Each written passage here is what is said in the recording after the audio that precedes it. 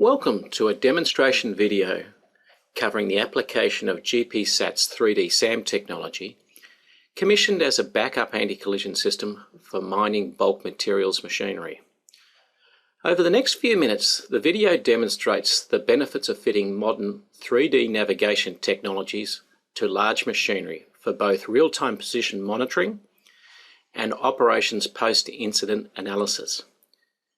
This video showcases an actual collision between two stockpile machines occurring on the 25th of June 2010 at 4 AM in the morning in a Queensland coal yard. The two machines displayed are an older Chardé stacker in the centre of the screen and a new Chardé bridging reclaimer in the lower left corner. The stacker uses conventional laser ranging and track tag sensors for primary plant long travel determination, and then traditional slew and luff rotary encoders for boom orientations. The bridging reclaimer simply uses track tags for long travel positioning. On this particular night, the stacker track sensors and laser ranging systems have failed and are falsely indicating that the stacker is much further away back down the yard. This is confirmed by the stacker boom still being positioned over the stockpile region rather than stored over the conveyor centre line as required for passing manoeuvres. Also, on both machines, GPSat's 3D SAM technology is installed, configured as an independent backup anti-collision system. Unfortunately, however, on this particular night, the system was running in bypass mode, awaiting final customer acceptance tests. With position navigation data exchanged in real time, both machines' onboard computers independently compute the critical separations between the closest surface points, using internal precision survey-grade 3D models. Although normally run as a live system, the onboard computers do store the historical navigation data, so it can be viewed in replay mode as demonstrated by this video. Commencing the playback, the two 13.1 metre values shown are the critical separation distances determined independently by each machine's 3D SAM processors. The Windows PC 3D viewer simply allows operators a visual window into the 3D environment running independently on each machine. Replaying at 5 times the actual speed, the two machines approach each other. The decreasing numbers displayed are the actual minimum distances as calculated by both independent machine processors. This collision run is presented at a wide angle to provide an overall perspective of what's happening. As the vector colours between the machines transition from green to amber to red, continuous BACS messages are sent to the plant control room, providing a variety of warnings and alarms. Unfortunately, at that time the shift operators were instructed to ignore these while the BACS system was still under test.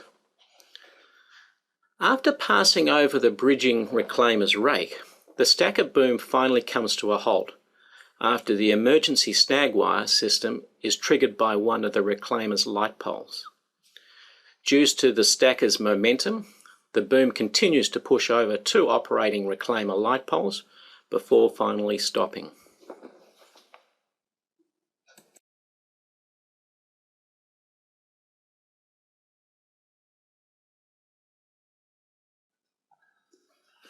Running the data backwards at 10 times normal speed, the stacker is repositioned again to a timed position immediately prior to the accident. In this next run, we'll take a closer look at the minimum separation vectors as they pass down along the structural members of both machines, and then view the actual surfaces that were specifically involved in the collision.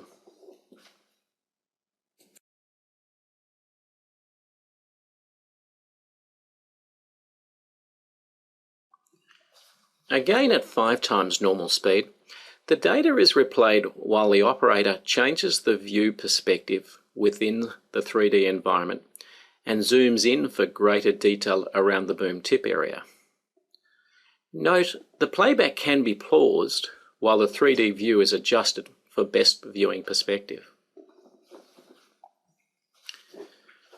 Starting the replay again, the operator changes the view perspective to watch the red separation vector work slowly down the specific structural members on both machines.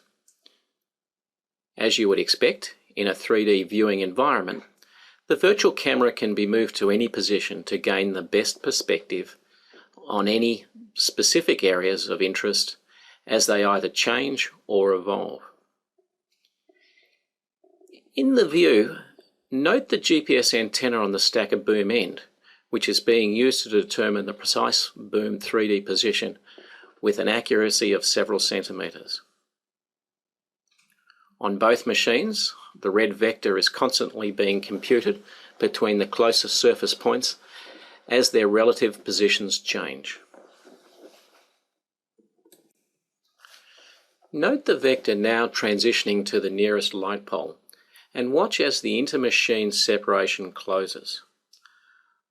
Ultimately, it's this light pole that becomes the initial point of collision and then triggers the stacker boom emergency snag wire. For a short period of time, the stacker momentum continues to carry it forward before the machine comes to a complete stop directly over the bridging reclaimer's light pole position. Of course, in reality, the light pole has completely been dislodged and is sitting on the reclaimer's deck, with hopefully the protective power supply circuit breakers thrown. Again, the operator of the 3D viewer is able to change the views to gain different perspectives associated with the collision. By reversing the time and position of the stacker for one final viewing, highlights the benefits of being able to change perspectives and rerun the data as often as required to gain a complete understanding as to actually what has occurred. As the boom passes over the reclaimer's rake, carefully watch the stacker's boom end subtly change height. Initially, the boom automatically lufts upwards as the weight comes off the stacker's suspended stockpile proximity sensor as it's dragged across the rake's structural members. As the boom passes further along the rake, the weight returns to the proximity sensor, and so the boom automatically lufts down again, but then almost immediately lufts back up in response to some unknown PLC control process. As shown, the boom then stays in the fully luff up position right through to the final collision.